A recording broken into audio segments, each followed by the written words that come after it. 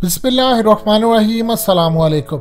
आज जो पूरी दुनिया के अंदर इस वक्त हंगामा मचा हुआ है, ख़ास तौर पर 27 फरवरी के हवाले से हकीकत टीवी तफसीली आपको एक्सप्लेन कर चुका।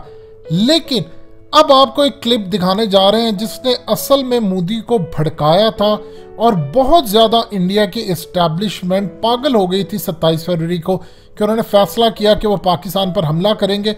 लेकिन जब उन्होंने 6 शहर निशाने पर रखे तो हमने 18 रखे और असल खेल अभिनंदन के हवाले से शुरू ही वही हुआ था। ये दो क्लिप है आसिफ गफूर के।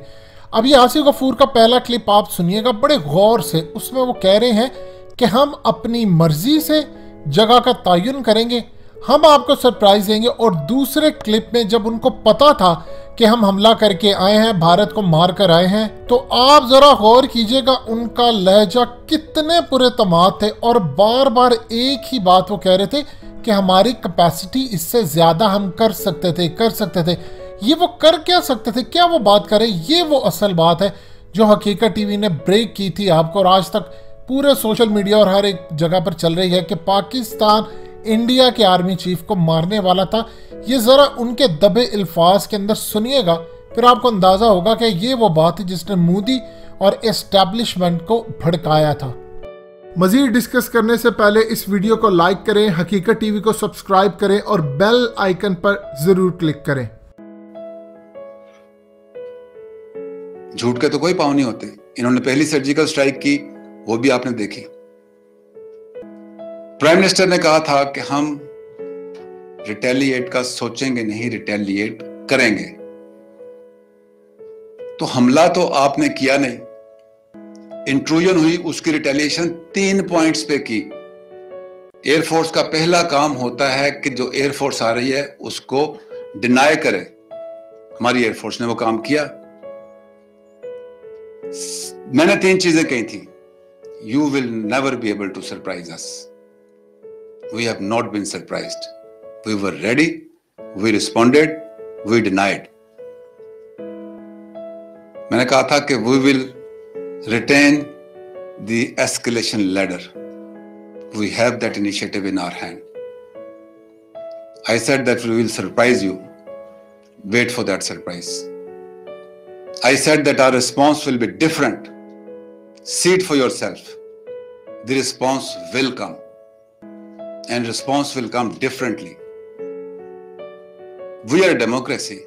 I said that 2 democracies, they do not fight. You have proved that you are not a democracy. Without knowing the consequences for the peace and stability in the region. We have fought for 15 years to bring peace and stability in the region. If you look at this option that we focus towards you, we are focusing towards you. कल parliament का joint session भी है। उसके बाद prime minister ने national command authority की meeting भी बुलाई है। And I hope you understand what is national command authority, what does it constitute. We are a democracy, we have political consensus. पहले प्राइम मिनिस्टर साहब ने कहा था कि I authorise you to take them on. जिस plane पे वो आए उस प्लेन पे उनको रिस्पांस दिया गया, उनको डिनाई किया गया। अब प्राइम मिनिस्टर ने आज की मीटिंग में कहा आर्म फोर्सेस को भी, तमाम एलिमेंट्स ऑफ नेशनल पावर को भी और पाकिस्तान की 207 मिलियन पॉपुलेशन को भी, get ready for any eventuality. अवाम तैयार है। आपने पॉलिटिकल पार्टीज की आज रिस्पॉन्स देखा है, सब एक हैं। Now it is time for India to wait for our response. The response will come at the point and time of our choosing, where our civil military leadership decides and as a matter of fact has decided. आज सुबह से line of control पे कुछ activity चल रही है, तो मैंने समझा कि उसके ऊपर आपसे बातचीत की जाए। आज सुबह पाकिस्तान एयरफोर्स ने अपनी लाइन ऑफ कंट्रोल के पार इंडियन ऑक्युपाइड कश्मीर में 6 टारगेट्स एंगेज किए। जैसा कि बात चल रही थी पिछले चंद दिनों से कि क्योंकि इंडिया ने हमारे ऊपर अग्रेशन किया, लाइन ऑफ कंट्रोल वायलेट की, और फिर जिस तरीके से उसके बाद क्लेम किया गया कि एक अलेज्ड टेररिस्ट जो हाइड आउट है उसको डिस्ट्रॉय किया और 350 दहशतगर्द उसमें मारे गए, उसके ऊपर मैंने कल आपसे बात की थी। पाकिस्तान आर्म फोर्सेस और पाकिस्तान एयर फोर्स के पास जवाब देने के अलावा कोई चारा नहीं था। लेकिन जवाब कैसे दिया जाता? क्या उसी तरीके से जिस तरीके से भारत ने दिया, या वो तरीका जो कि एक जिम्मेदार मुल्क का होता है? जब रब की ज़ात आपको कैपेबिलिटी और कैपेसिटी देती है तो उसमें शुक्र का एलिमेंट आता है। वो इस्तेमाल करने से ज़्यादा आपके सेल्फ डिफेंस के लिए होती है। पाकिस्तान आर्म फोर्सेस के पास कैपेबिलिटी भी, कैपेसिटी भी, विल भी, रिजॉल्व भी, अवाम का साथ भी, हर किस्म की चीज़ मौजूद है। लेकिन चूंकि हम जिम्मेदार रियासत हैं, हम अमन चाहते हैं, तो आज सुबह जब पाकिस्तान एयर फोर्स ने वो टारगेट लेने थे तो सबसे पहले हमने ये डिसाइड किया कि हम कोई मिलिट्री टारगेट नहीं लेंगे। दूसरा, हमने डिसाइड किया कि हमारे टारगेट के एंगेज करने के रिजल्ट में किसी इंसानी जिंदगी का नुकसान ना हो, ना सिर्फ इंसानी जिंदगी का बल्कि कोई कोलेटरल डैमेज भी ना हो। तो जब हमारे एयर फोर्स अपनी हदूद के अंदर रहते हुए जो टारगेट्स हमने सेलेक्ट किए हुए थे, 6 टारगेट हमने सेलेक्ट किए, उन टारगेट्स पे हमारे पायलट्स ने लॉक किया और फिर उसको लॉक करने के बाद थोड़ा फासले पे हमने खुली जगह पे वो स्ट्राइक्स की।